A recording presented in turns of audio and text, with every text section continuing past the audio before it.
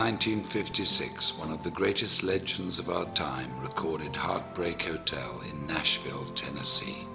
His name was Elvis Presley, and this, his first hit, officially introduced him to the American national music consciousness.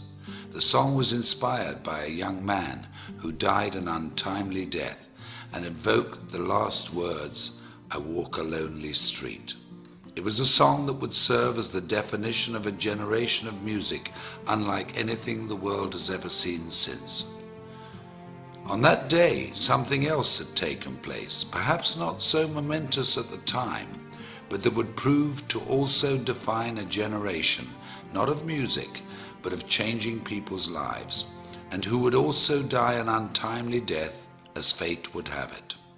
On January the 1st, 1956, in a gritty little neighborhood tucked away in South Los Angeles called La Mirada, Mark Hughes was born.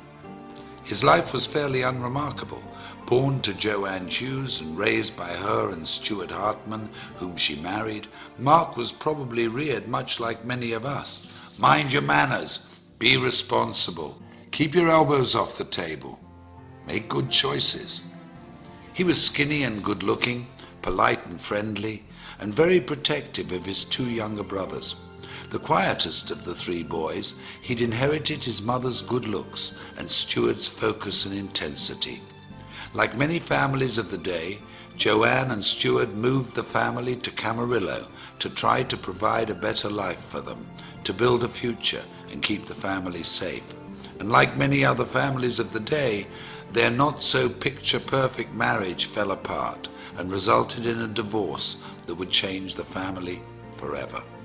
Mark's childhood was like many in the growing suburban community: school, day trips to the Channel Islands, bicycle rides and fishing outings. That all came to an end after the divorce, and Joanne began to chase her youth, trying fad diet after fad diet. It was a scary time for Mark, and when Joanne became sick in 1969, when Mark was just 13 years of age, the family returned to La Mirada. They lived with her parents, Mark's grandparents, Lawrence and Hazel Hughes, who took the family in and took care of them as only family could. But despite their best efforts, and with Mark's never-ending grief, Joanne died of complications from the deadly combination and steady use of weight loss and sleep aids. Mark was only 19 years of age. It was then he decided he would make a difference in the world, with his mother as his beacon, and the goal of preventing what had happened to her happened to anybody else. While fundraising for a California youth group, Mark had found his calling. He was charismatic, charming and persuasive. He'd even convinced then Governor Ronald Reagan to part with $500. And with the taste of success in his mouth, the goal of changing lives through better health as his objective, the idea of personal financial freedom, and the memory of his mother in his heart, Mark Hughes entered the world of direct selling and network marketing. In 1976, Mark began selling Slender Now diet products, quickly becoming one of their top 100 earners. When the company collapsed in 1979, he sold exercise equipment and weight control products for Golden Youth, another direct sales organization. And when Golden Youth also failed, Mark decided to start his own company. Intrigued by the Eastern philosophy of herbal medicine, combined with the vitamin and mineral technology of the West, he co-developed a line of products that promised a bold 100% satisfaction guaranteed or your money back. At 24 years of age, Mark Reynolds Hughes, having taken his mother's maiden name, introduced Herbalife in the United States and single-handedly rewrote direct selling history. Unremarkable turned quite remarkable, if you ask me.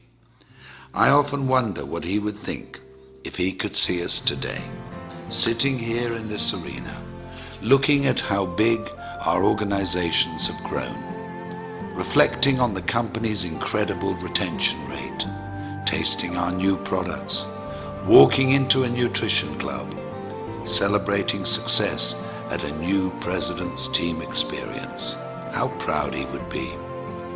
How incredibly happy we would have made him.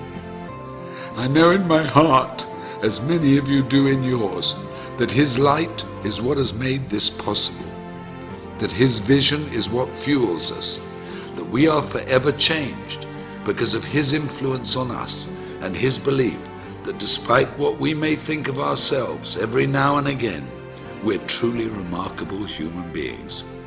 What a gift we've been given. What an incredible, invaluable, unique gift. I had this incredible dream when I wanted to start the Herbalife company that we could help people lose weight and we could help them do it safely, and they would have not just hope, that they would have reality